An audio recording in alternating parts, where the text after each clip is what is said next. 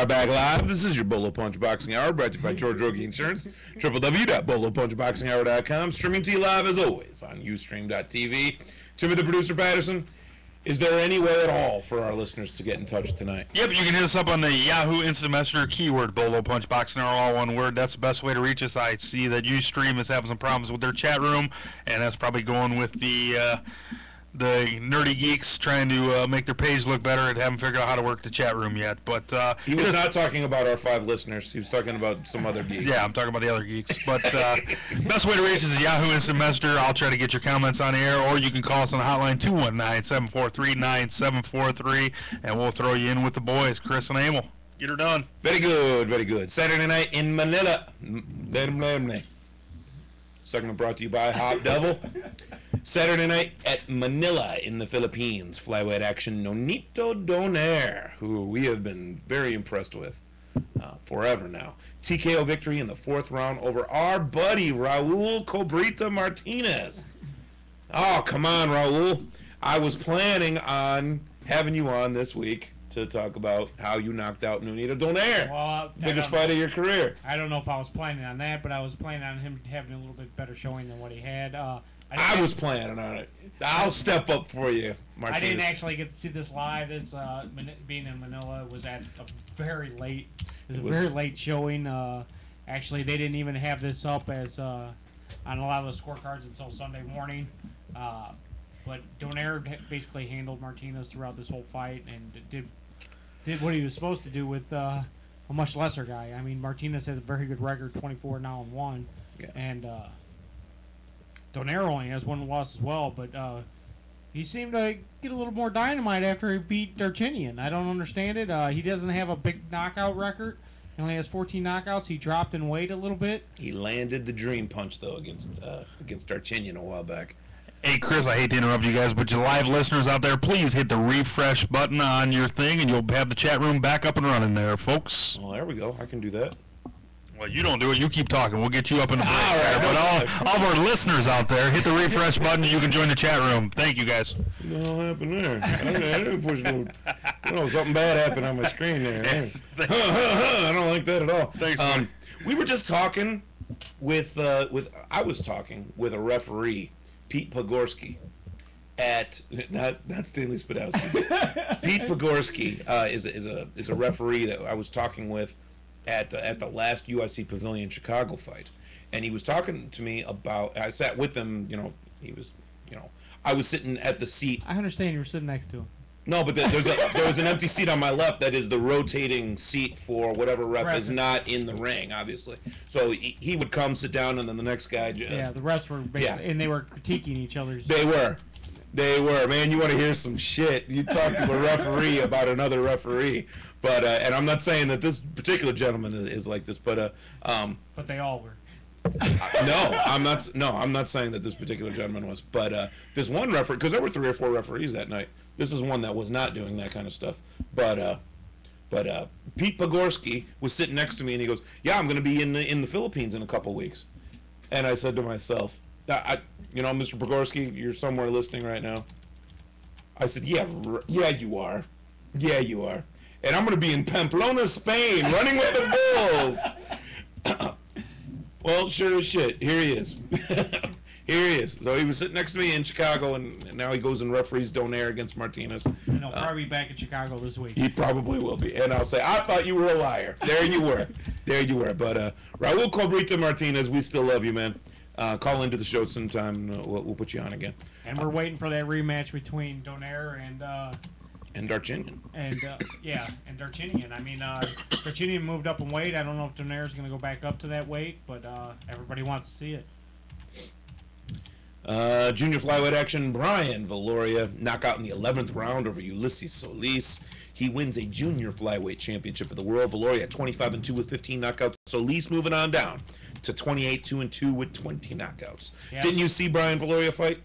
Yes, I seen Brian Valoria fight out. Actually, I believe out in Vegas. Yeah, it was his first loss against Kevin. I think it was Kevin Kelly, maybe. I can't remember for sure. But ever since that fight, he had slowly faded, and all of a sudden he comes back up. I wasn't expecting him to be able to knock Ulysses Solis out. Solis is the one with the knockout power, the crazy power that I thought was going to knock somebody out. Brian Valoria has become basically a boxer, and he catches Solis here and knocks him out late in the fight. If you would put some money on this, I'm sure the odds were on Solis' side. And Valoria ends up pulling off the upset. Proves that he could still be a champ. Valoria's first loss was against Omar Nino, by the way. Okay. Yeah, that's who you saw. Because I remember either you or my brother brought me a bout sheet. Yeah, that's and he rematched him after and did not look good in that very night either. I believe he lost that fight as well. They flipped it back because Nino actually flunked the drug test, so they called it a no contest. Oh, okay. So otherwise, Valoria would have 3 losses. Okay, so okay. He doesn't want to fight Nino again. That's for sure. Dan Raphael's actually talking about possibly Ivan Calderon for Valoria's next fight. I don't know about that. Valoria looked good in this fight, but against Calderon, everyone looks bad. Exactly. So we'll see what there is to see with that. It's pretty hard to even win a round against that guy. Calderon wins most of his rounds when he fights. Yes, he's not really into losing rounds. He's not much of a knockout puncher, but he'll show you how to fight. That's for sure. Show you how to box. That's the punches and bunches guy. I mean, he's not exactly a Paul Williams, but he definitely knows how to put them together. Saturday night in Mafeking, South Africa, junior lightweight action. Malcolm Klassen, TKO victory in the 7th round over Cassius Beloy. He wins a junior lightweight championship of the world. Klassen 24-4-2 with 15 KOs. Beloy moving on down to 36-4 with 19 knockouts. Don't know a whole lot about either of those fighters, but wanted to pass that along. Here's a guy we know all about. Saturday night, Montreal, Quebec, Canada. Super middleweight action. Peter Manfredo Jr., the runner-up on the first season of Contender. Knockout in the 7th round over Walid Smichet. Manfredo moves on up to 32-6 with 17 KOs. Smichet just moving on down. Manfredo can do better against these guys that are not pound for pound list. You got to go to the B or even the B plus list to find someone that Manfredo's really going to manhandle. Even like guys against Sergio Mora, who's had a title.